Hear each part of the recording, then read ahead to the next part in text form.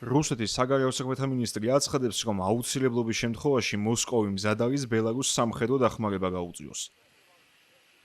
სერგეი ლავროვი ამ განცხადებას აკეთებს იმ ფონზე, როდესაც ვოლოდიმირ ზელენსკიმ მინსკს საჯაროდ მოუწოდა უკრაინის საზღვრის გასწვრივ დამონტაჟებული დრონებისთვის სიგნალის გადამცემი ანძები მოხსნას. ალექსანდრ ლუკაშენკოს მთავრობისგან კი არც პასუხი ისმის, არც მით უმეტეს კონკრეტული ქმედება ჩანს.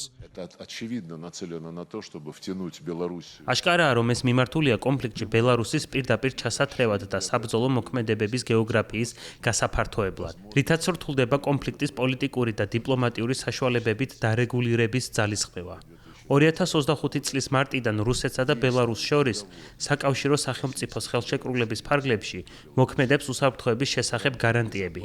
აუცილებლობის შემთხვევაში მზად ვართ შეთანხმებით გათვალისწინებული ყველანაირი ზომა მივიღოთ ჩვენი მოკავშირისა და შესაბამისად საკავშირო სახელმწიფოს უსაფრთხოების უზრუნველსაყოფად.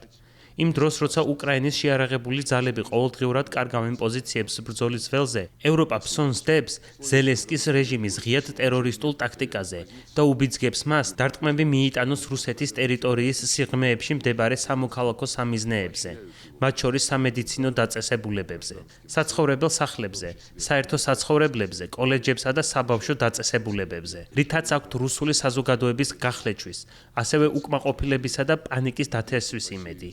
ეს მშვენივრად გვესმის. ამჟამად ჩვენ კონცენტრირებული ვართ სპეციალური სამხედრო ოპერაციის მიზნებზე, იქიდან გამომდინარე, რომ ყველა მცდელობა და იმედი, რომელიც დასავლეთზე, როგორც ჭეშმარიტ შუამავალზე გვქონდა, დიდი ხანია დაიმსხვრა და არანაირი აუცილებლობა არ არსებობს ისინი სერიოზულად იყვნენ აღქმული. Просто нет нужды принимать всерьез. სერგეი ლავროვის 23 ივნისის განცხადება და მოსკოვის ბოლოდროინდელი ზოგადი რიტორიკა აჩვენებს, რომ რუსული მხარე არ მიისწრაფვის საბრძოლო მოქმედებების დასრულებისკენ, მიუხედავად საკუთარ ტერიტორიაზე მიყენებული საკმაოდ მძიმე უკრაინული იერიშებისა. ამასთან რუსი დიპლომატის სიტყვები აუცილებლობის შემთხვევაში მინსკის უსაფრთხოების უზრუნველყოფასთან დაკავშირებით შესაძლოა მანიშნებელი იყოს იმისა, რომ ბელარუსი მართლაც აპირებს ოფიციალურად და უფრო მასშტაბურად შეერთოს უკრაინის წინააღმდეგ რუსეთის ომში, ეროვნული ინტერესებისა და სუვერენიტეტის დაცვის არგუმენტით. ეჭვებს ამყარებს ის გარემოებაც, რომ მანამდე თავად ალექსანდრ ლუკაშენკომაც არაერთხელ ახსენა სამხედრო პასუხის გაცემის შესახებ, თუ კი მინსკის წინააღმდეგ აგრესიული ქმედება განხორციელდებოდა.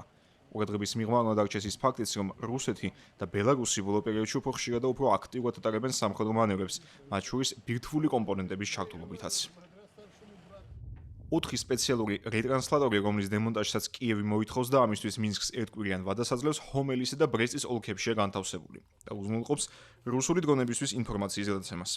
შედეგად აგრესორი მაღალი სიზუსტით არახებს დარტყმების მიტანას უკრაინის მშვიდობიან მოსახლეობაზე. ომში მყოფ სახელმწიფოში მიაჩნიათ, რომ ამ ფორმით ბელარუსი პირდაპირ არის ჩართული კრემლის მიერ წარმოებულ სამხედრო მოქმედებებში. და ნაცვლად სამშვიდობო პროცესის ხელშეწყობისა რუსეთს ეხმარება მეტი ზიანი მიაყენოს უკრაინას.